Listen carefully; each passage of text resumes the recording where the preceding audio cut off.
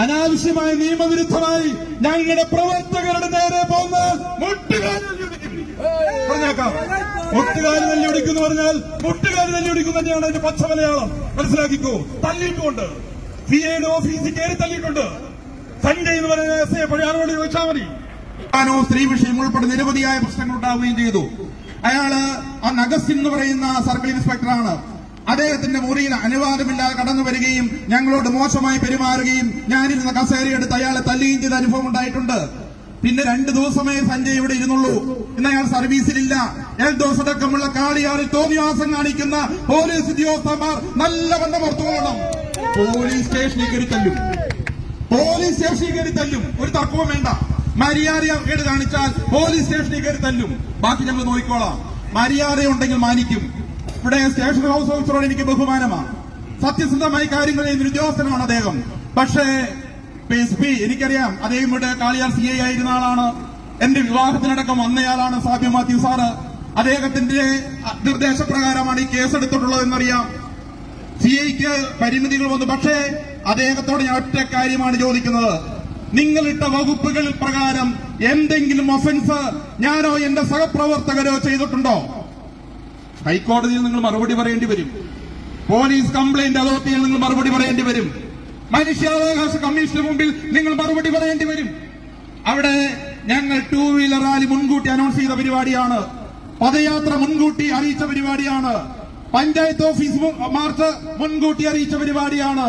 ആ പരിപാടി പഞ്ചായത്തിന്റെ അഴിമതിക്കെതിരെ, UDFന്റെ അഴിമതിക്കെതിരെ ഞങ്ങൾ പ്രക്ഷോഭം അനൗൺസ് ചെയ്തപ്പോ CPMന് പൊള്ളി.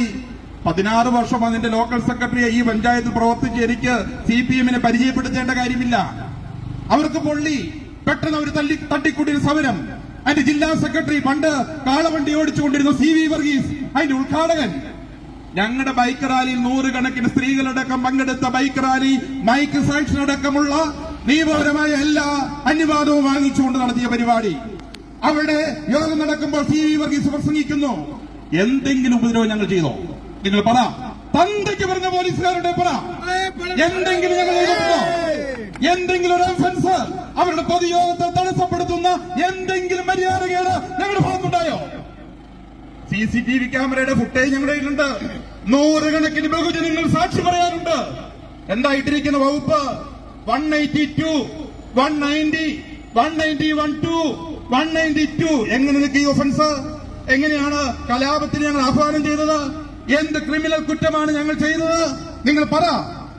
നിങ്ങൾ പറഞ്ഞാൽ ഞങ്ങൾ അംഗീകരിക്കാം. അതിന് തെളിവുണ്ടായെങ്കിൽ ഞങ്ങൾ അംഗീകരിക്കാം. ഞാൻ ചോദിക്കട്ടെ, ഞങ്ങൾ നിയമപരമായി നടത്തിയ ഒരു പരിപാടി 2 സെക്കൻഡ് കൊണ്ട് അവരുടെ യോഗസ്ഥലത്ത് കടന്നുപോയി. ഞങ്ങൾ അവരുടെ യോഗസ്ഥലത്ത് ചെന്നോ? അവരോട് മോശമായി മുദ്രാവാക്യം വിളിച്ചോ? അവർക്കെതിരെ കമാവുന്ന അക്ഷരം വേണ്ടിയോ? അവരുടെ യോഗം നടക്കാൻ എന്തെങ്കിലും ബുദ്ധിമുട്ട് ഞങ്ങളുടെ പ്രവർത്തകർ ചെയ്തോ? പിന്നെ നിങ്ങൾ എന്തിന് കേസെടുത്തു? നിങ്ങൾ സമാധാനം പറഞ്ഞാൽ മതി. എന്നോട് പറയണ്ട, ഞങ്ങളോട് പറയണ്ട.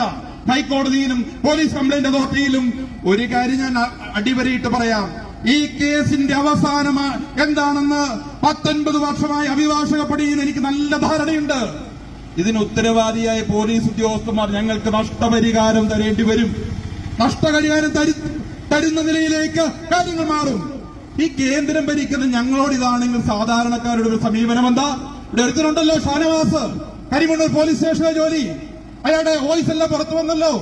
1 ലക്ഷം രൂപയാണ് ഒരു ആക്സിഡന്റ് കേസിന് കൈക്കൂലി ആവശ്യപ്പെട്ടത്. 1 ലക്ഷം രൂപ.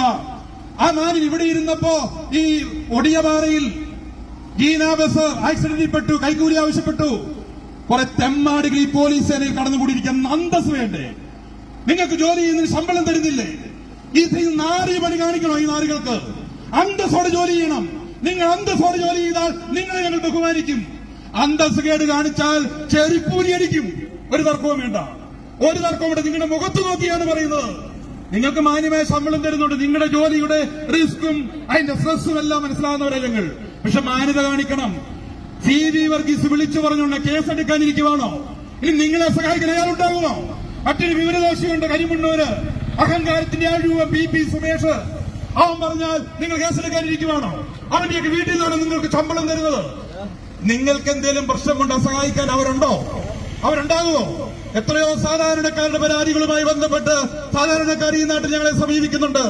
ഒരു തീർച്ചയില്ല, ഒരു മൂർച്ചയില്ല. ഒരു തീരുമാനവുമില്ല. ഇങ്ങനെ ഒരു പോലീസ് സ്റ്റേഷൻ ഉണ്ടോ കേരളത്തിൽ?